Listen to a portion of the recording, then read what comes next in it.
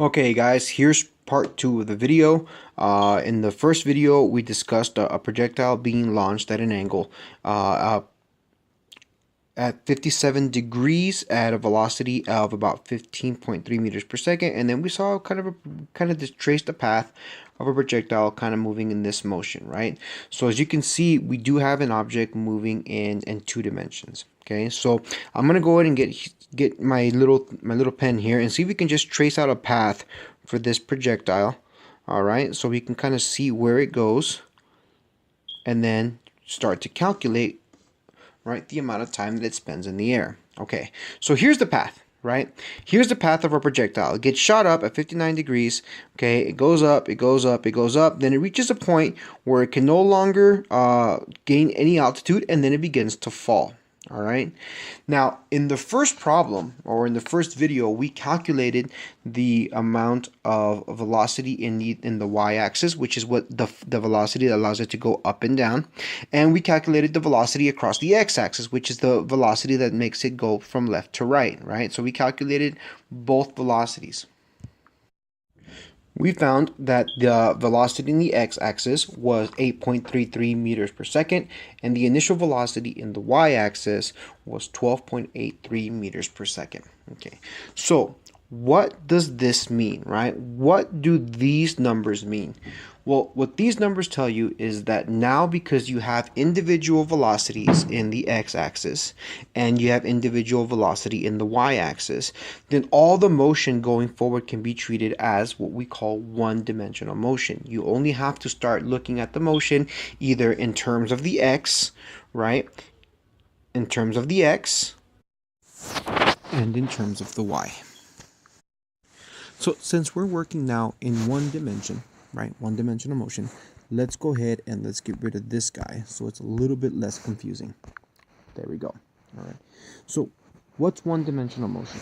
Well, one-dimensional motion is when you have motion either moving right to left, right, in this direction, or you have it motion moving up and down in this direction. All right. But you're only moving on one axis. Now, the reason that we can do this is because now we have the individual velocities both across the x and across the y. So because we have these two values, now all the motion we can separate into its respective axes.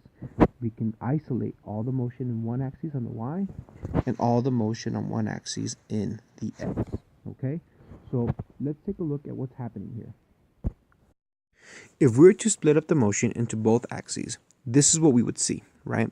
In the y-axis, it's doing one of these. It's going up, and it's falling right back down, right? And on the x-axis, it's just doing this. It's just going in this direction, right? So the projectile is moving in two separate axes, but it's doing it at the same time.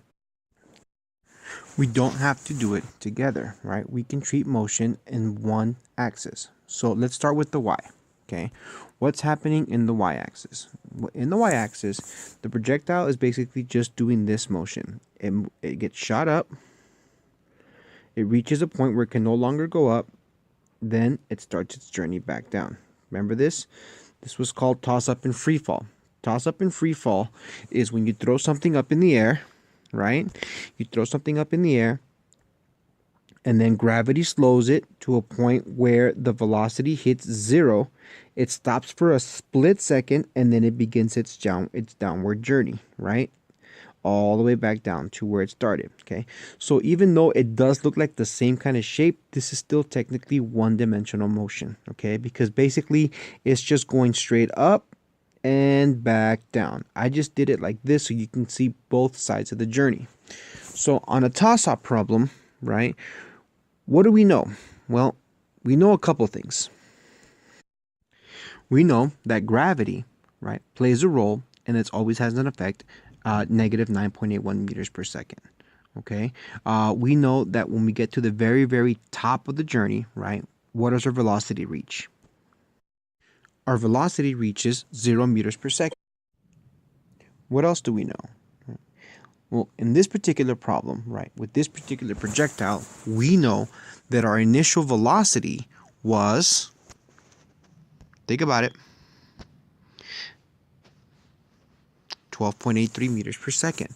So for this particular problem, we know that this projectile was launched up with a velocity of 12.8 meters per second, 12.83 meters per second in the y-axis, right? Because this is our toss-up problem. And then when it reaches the top up here, it reaches a final velocity of 0 meters per second. So because we know gravity and we know our initial velocity, we should have enough information to calculate the time, right? Now, how do we find time? That's the question that we're all asking. How do we find the time?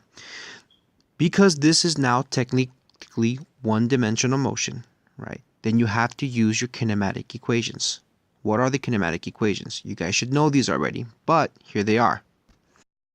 And like magic, they appear. Okay, so these are your 4 kinematic equations. We have to figure out which one we can use that has initial velocity, final velocity, acceleration due to gravity, and we can solve for time. Okay, now the ones that I've posted here, these are all the kinematic equations in the x, but they're all the same in the y. The only difference is instead of delta x, we use delta y. Instead of a, we use g. But they're exactly the same equations, right? So take a look at these 4 equations, okay? Pause the video if you have to, and figure out which one of these equations you could use to find time. Now keep in mind, you don't know delta y. You don't know the distance, okay? So pause the video and we'll reconvene in about 2 minutes. Okay, hopefully you paused the video and you should have figured out which one to use.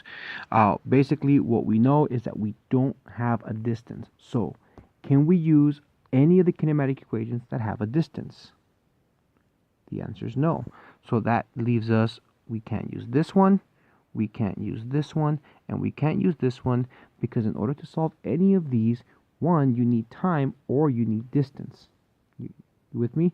So the only one left to use is this one here. So that's going to be the kinematic equation we use to solve for time. Here's our equation. Final velocity is equal to initial velocity plus gravity times time. Okay? Now, we already know that we have certain values. For example, we know our final velocity, right? We know our final velocity is equal to 0 meters per second. We know our initial velocity is 12.83 meters per second. And we know that the value of gravity is negative 9.81. So if we have all these things, that means that we know final velocity, initial velocity, and we know gravity. Can we solve this for time? Yes. You should be able to do the algebraic manipulation to get time by itself.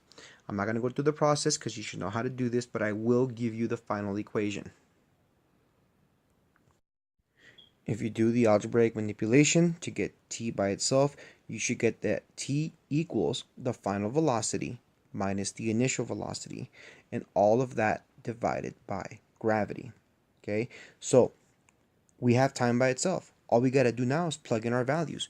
We know final velocity, we know initial velocity, and we know gravity, so let's just punch it in. Here's what it looks like. Here's what it looks like.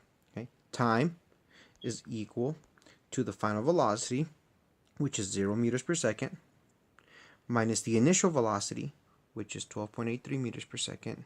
All of this is divided by gravity, which is negative 9.81 meters per second squared, right? Everybody should be with me. So all we're going to do now is we're going to simplify. We're going to go ahead and subtract these two numbers. Now 0 minus 12.83, that should give you negative 12.83, right? So let's go ahead and write that in. We simplified that by subtracting. So now we are at time is equal to negative 12.83 meters per second. And all that is divided by gravity, which is negative 9.81 meters per second squared, right? So now it's just a simple division problem. So what happens first? Well, first we cancel meters, right? Because you're dividing now. Meters cancel, and then this seconds cancels that squared. So your unit now, no matter what you get, is going to be in seconds. Now all we have to do is divide negative 12.83 divided by negative 9.81, excuse me. And that should give you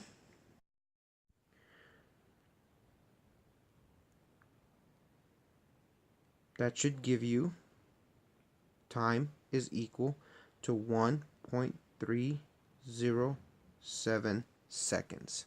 Okay, so what did we just figure out? We figured out that this projectile to go from the bottom to the very top here, the half of the journey, takes 1.307 seconds, right? But that's just to get us to the top. What about the amount of time it takes to fall back down? Well, remember that the time to go up should equal the time to come back down because this distance hasn't changed. Now, the distance doesn't change in this example, right? That's not always going to be the case. But for this example, since the distance that it went up is equal to the distance that it went down, then ideally the time should be exactly the same. So if I wanted to get the time it took for it to go down, I either add it to the same time or multiply this time times 2. And if I do that times 2 for the journey up and down, I should get 2.62 seconds is equal to the total time, right? So the total time it takes my projectile to go up and fall back down then is 2.62 seconds. And that's how you do it, guys. You just have to take it one step at a time, treat it like it's one-dimensional motion, and all we did here was just work on the y-axis. That's it. Okay? Pause the video, rewind it, watch the parts that you don't understand over and over. I know there's a couple of parts in there that the sound gets a little muffled. I apologize. But just take good notes, okay? If you don't understand something, please let me know. I'm going to go ahead and add another part here in a little while.